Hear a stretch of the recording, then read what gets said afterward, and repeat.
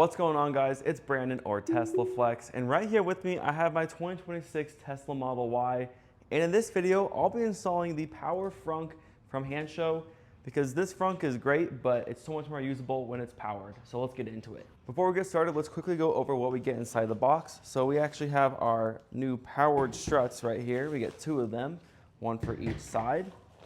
And in this bag right here, we have a bunch of wiring. I'll just keep this in here for now, just so it doesn't get mixed up. This piece will go on the frunk area, and it basically connects to the modulator in here, some bolts and nuts. And then this looks to be the controller for everything. And then a few zip ties and some felt. So the first thing we're gonna do is disassemble the frunk tub and then kind of get underneath. That way we can start installing everything. Before we can start with the installation, we have to disassemble some of the frunk. So we're gonna use a pry tool right here to pop this up. And then from here, I can kind of ease it along the edges. And then there's some clips up here at the top. So you kind of pull from here. And I've got this piece off. Next up, to remove the frunk tub, I have to remove 4 bolts around here. So there's 2 inside and 2 on the front with my 10mm socket wrench and my Milwaukee drill. All I gotta do is just get it on here. Now I'm gonna keep these in a safe place, probably just my pocket. And then we actually have to remove this little panel right here. So this just pops right off with some clips. I usually recommend using a pry tool just because the clips are a bit weaker on this. But this pops right off, and there's actually this right here you need to remove. So I got this tool right here to remove it. I think it's actually, pressed down here, and it pops right out. I can move this out of the way, and then we can actually take the frunk tub out. You know, it might actually just be a few clips. Yeah, we got some clips, so I'll just get everything in here, and this will just lift right out. Now that we have the frunk tub out, I have to remove the HEPA air filter. So I'll just go ahead and remove it. And now this one. And it should just lift right out, just like this. And I'll set this over here. It's also pretty crazy how small this is. I thought it was way bigger. I'll just set it right here in the frunk tub, and now we can move on with the next steps. Now that all this is out, we're going to remove these struts that are in here. So do you actually want to use a tool like this or a very flathead screwdriver? Because you're actually going to go right in here. I might have to come on this side actually just to see it from the top. But if you look right in here, like right there, you can kind of wedge it in there, and then you can pop this off. I can angle it right. It should just pop off like that.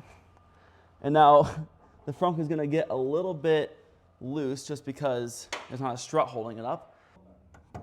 But, well, that's coming off anyway.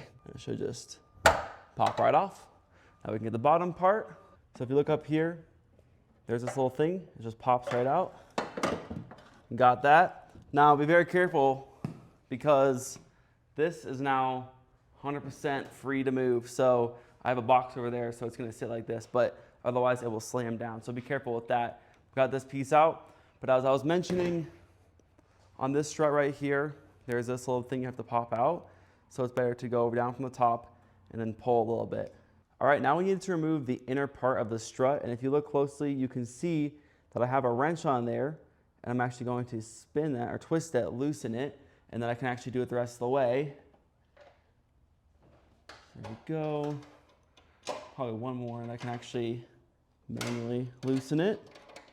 Kind of hard to see, but you can see I'm now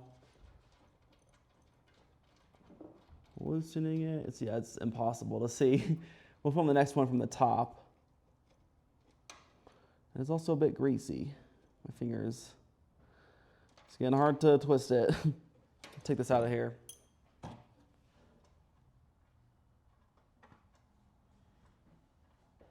on. And there we go. So this is what it looks like. As you can see, I just had to loosen it with the wrench, and then it has a washer and it's just twists right out. So we'll do the other side and I'll show you from the top. All right, now I've got the wrench around this piece, so I'm just gonna loosen it by pressing this way. All right, now I've got the wrench on the bolt in here. I'm just gonna loosen it. All right, got that loosened a little bit. Now I can just do it one more time. All right, now I can loosen this. Yeah, this is coming off a lot easier with the glove. And here we go. Got this right here. Now we can get the new pieces on. Next up, we're going to install the brackets. This is for the right-hand side. It has a little R on it, as you can see, to indicate which side it goes on. And you also have this little screw.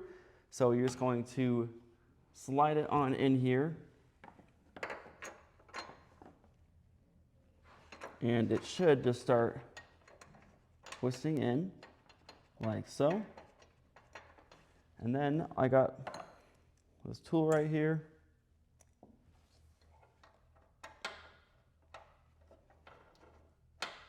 And I can actually do this most of the way. And I can tighten it.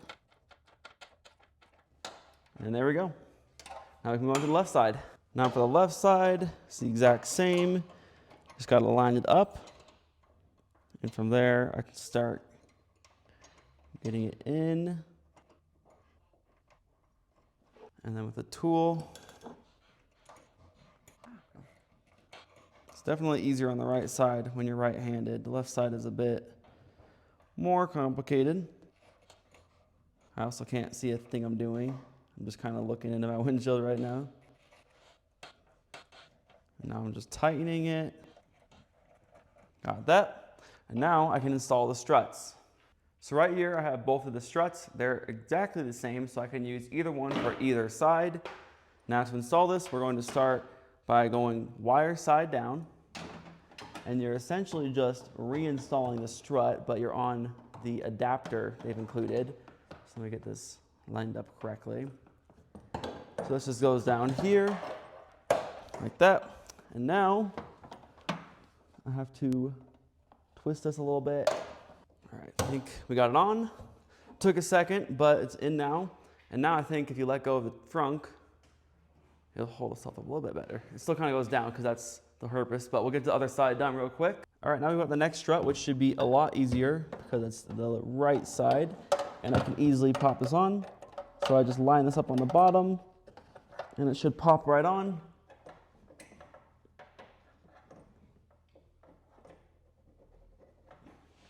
Like that. It's kind of hard to see just with the angle and everything. And now, take care of that before it becomes a problem. Now we got this, and I guess have to line the frunk up properly, and boom, clips right on. So it clips right up here. It's kind of hard to show on camera, but now it's there. So we have both of those installed. We can move on to the next step. Next, we're going to remove this locking mechanism right here. And this one, we got that loose. So I've got this piece right here, and it just literally slides right over top. And then you have this little ring right here, which will just connect here. And then I'll just put this back together essentially. And now that that is on, I just reinstall the mechanism right here with the original screws. So if I can get this all lined up properly, here we go. Get this on here. And this one right here. And then next up, we're going to connect the wiring harness to everything. Now we're going to find the D8 cable. They actually have this labeled pretty nicely. So here we go, D8. We got to connect this to this. Got that in there. Now we've got the D7 cable. This just connects to this one right here. Now we're just going to unplug the actuator connector. Just pops right off. And now we're going to use the D6 connector. We're going to basically just pigtail this. We plug this into here and then plug this into here. Now I'm going to plug in the D5 cable into the power source for the power frunk. And now I can just slide this into this area underneath. And this is actually important. So this is the emergency release for the frunk now because it's the power frunk as well. So I'm going to essentially just get this down in here and pull it through the front area. I'll make it look a little bit better in a second, but just to get that into place it needs to be. Now we can go to the next step. So you can back up a little bit. So now I have it on there. I'm just gonna get that tight enough on there so it shouldn't move around while I'm driving, and I can snip this later. All right, now just to be safe, I'm just gonna get a zip tie, get these all together. That way they stick together. Now I can just slide these back in and pop this back into place. All right, so now I've got the ground wire. I'm just gonna undo this slightly, and then I'll squeeze this in right here, maybe a bit more. Now, let's tighten over top. We got the ground wire in. Now right here is the buzzer. We're going to plug this in. So this makes a little noise every time you open it, just for safety. Now with this wire from the strut earlier that I had to go all the way down, I've kind of threaded it through to kind of go down the back and underneath right here. And now we'll just plug it in. It has 2 pieces or 2 wires on each side. And then right here is the exact same. And now everything is powered. This is the last piece. We'll get the part that connects to it. Now right here we have a control box and our wiring harness. We're just going to feed this into here, and then we're gonna get our control box, plug it in, and as you can see, it already has power. Push it back down. There we go. And then I can pull this back through a little bit, get it into place. And then I have a zip tie. And I'm essentially just going to secure it.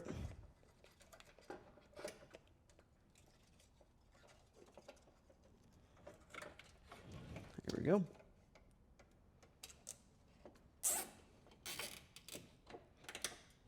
Now we're just gonna do some cable management. We're just gonna strap these wires or zip tie these wires to other parts of the cable harness.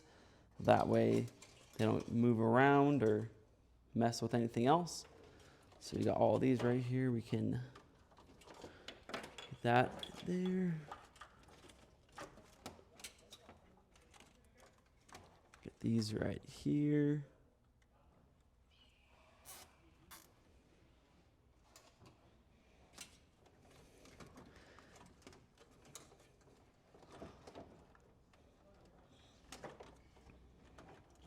And these right here.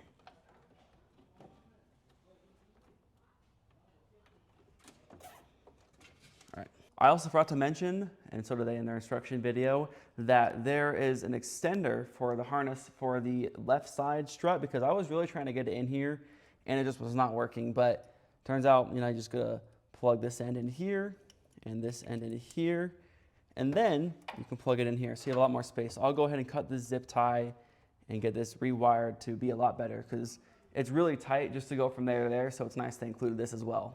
All right, now the Power Frunk installation is complete. I have all the wires kind of routed around here. Everything was good. Now it's time to test it. So we're just gonna go to my app and close it. There is that beeper. You can take it out technically. I just kept it in for this installation, but it's a soft close. It pulls itself shut. Frunk is closed. Now just press again and it pops right open. So works really well. We'll get this all put back together and I'll get to you guys when I do that. All right, so now we're going to reassemble everything. I have the HEPA filter. We're just going to line it up and put it back where it belongs. There we go. This part you have to be kind of careful with. You want to make sure it's on the correct spot. Now we will get our screws and that one on. Now I can get the Frunk tub. All right, now I've got the Frunk tub. I will just get this into place. And then one thing to remember is that you need to have this cable right here because it connects right here, but we're gonna get it into place.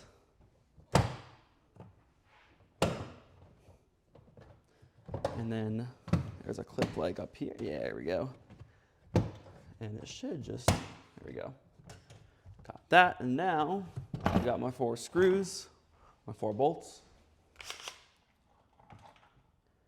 And I just want to make sure, whoops, this is lined up properly. The easiest way to tell is, of course, the holes. So this one looks to be good.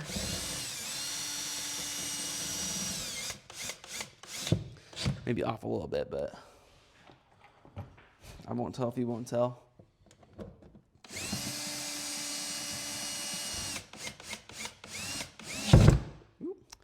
And then these 2. And it looks like There you go.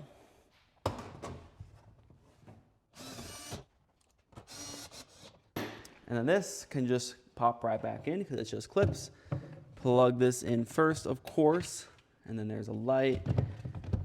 And then, I don't know how I even got this out. Just like that.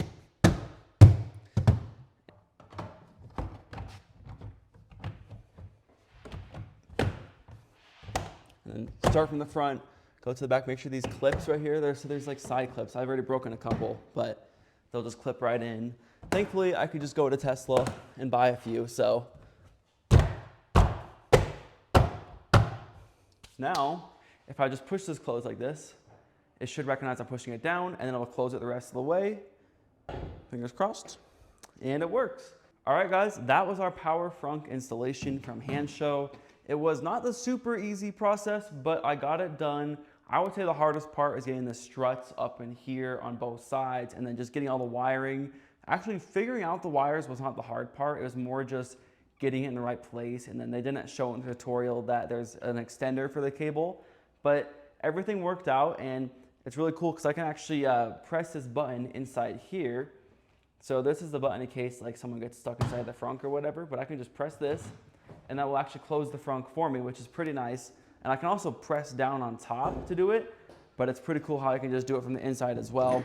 I can, of course, go directly in my Tesla app, and then you can see it says it's open, but I can tap again, and it will actually close the frunk for me, which is pretty cool, and it works the same way from the screen. If you guys wanted to get this kit for yourself and try this out, you can get it in the description below, and don't forget to use code teslaflex20 to save 20% on your order from Handshow. If you guys have any questions about the Power Frunk installation or want to see any other accessories installed, let me know down in the comments below. If you enjoyed this video, hit that like button, subscribe if you haven't already. Thanks again, guys, for watching. I'll see you in the next one.